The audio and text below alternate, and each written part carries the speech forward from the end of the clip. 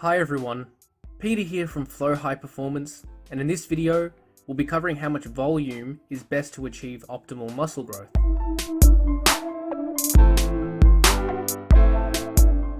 Before answering this question, we first need to define what we mean by volume. In strength and conditioning training, volume is used to quantify the total amount of work performed. During resistance training, volume is traditionally calculated by multiplying the number of sets performed by the number of reps by the load used. This is termed volume load. However, since muscle hypertrophy can be achieved via a large spectrum of rep ranges, calculating the volume load doesn't offer much useful information. Rather, volume for hypertrophy training is probably best calculated via using the number of sets performed per muscle group. This systematic review showed that any individual set taken close to failure per muscle group is essentially equivalent for hypertrophy gains within the rep ranges of 6 to 20. So throughout the rest of this video, we'll be referring to volume as the total number of sets per muscle group. So why is it that volume is so important for muscle hypertrophy? Let's now explore the evidence we have to try and understand the relationship between volume and hypertrophy. Let's start with the best evidence we have. This meta-analysis is the most recent summary of studies comparing training volumes and muscle hypertrophy. This study found a clear dose-response relationship between weekly volume and muscle growth, meaning that the more sets performed per week, the greater the hypertrophy. However, a potential issue with this analysis is that most of the studies used a maximum volume of around 10 to 15 sets per exercise per week. For most serious trainees, this isn't a huge amount of volume to be training with per muscle group. So clearly training with at least 10 sets per muscle group is better than training with fewer than 10, although the question now becomes, does training with more than 10 sets per muscle group per week achieve even greater hypertrophy outcomes? This was a study published in 2018 comparing German volume training with a modified German volume training approach.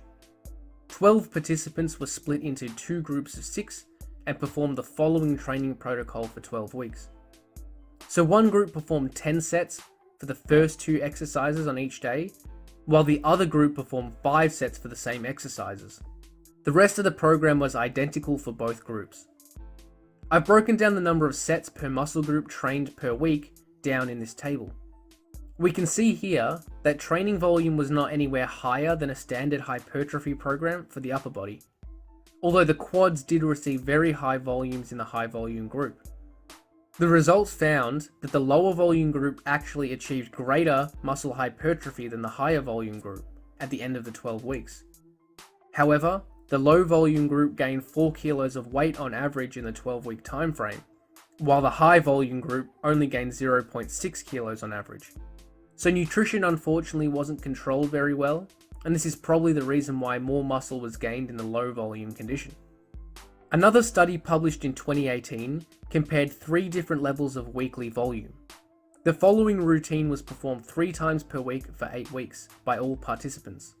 One group performed 1 set per exercise per session, the second group performed 3 sets per exercise, and the third group performed 5 sets per exercise. I've calculated the weekly volume of each muscle group that they measured for each group in this table. However, the biceps and triceps were only trained indirectly with compound movements, so these volumes may not apply to the same volumes with direct exercises. However, the quads were undeniably trained with 45 sets per week for the high volume group. The results of this study followed again a dose-response relationship, meaning that the more volume that was performed, the more hypertrophy that was seen with each muscle group measured. And this time nutrition was controlled much better. Most recently, this study also compared different levels of resistance training volume. This is the most practically relevant study because it based volumes conveniently on sets per muscle group per week. The participants performed the following exercises with 4 different volumes. They either performed 5, 10, 15 or 20 sets per muscle group per week, for a total of 24 weeks. At the end of the study, increases in muscle thickness were actually greater in the lower volume groups compared with the higher volume groups. And the last form of evidence we have to draw conclusions from is anecdotal data. If we observe how successful trainees have trained, we can see if the research matches the practical application. This is the program performed by Jeff Alberts, a high-level natural bodybuilder from 2014. This was taken from a YouTube video posted on the 3D Muscle Journey channel from 2014. If we break this down, we can see that the following volumes are being trained for each muscle group each week.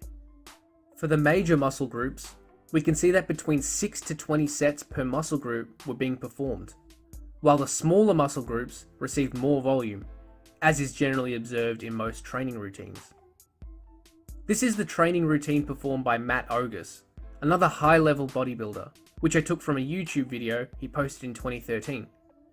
Once again, if we break this down in volume per muscle group per week, it looks like this. While Matt's program includes more isolated glute, deltoid and arm training, the number of sets per major muscle group per week is quite similar to Jeff's.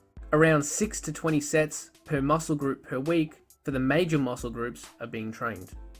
These are two examples of high-level trainees, and there are thousands more we could analyze, although I think this gives us some useful information to work with. Let's now draw some conclusions based on the data we have. First and foremost, it is quite clear that at least a moderate level of volume seems to be better than a very low level of volume in all evidence we have. So greater than at least 5 sets per muscle group per week is definitely better than less than 5. And from our best evidence, the 2017 meta-analysis, it seems that doing up to 10 sets per muscle group per week is probably better than doing less than 10.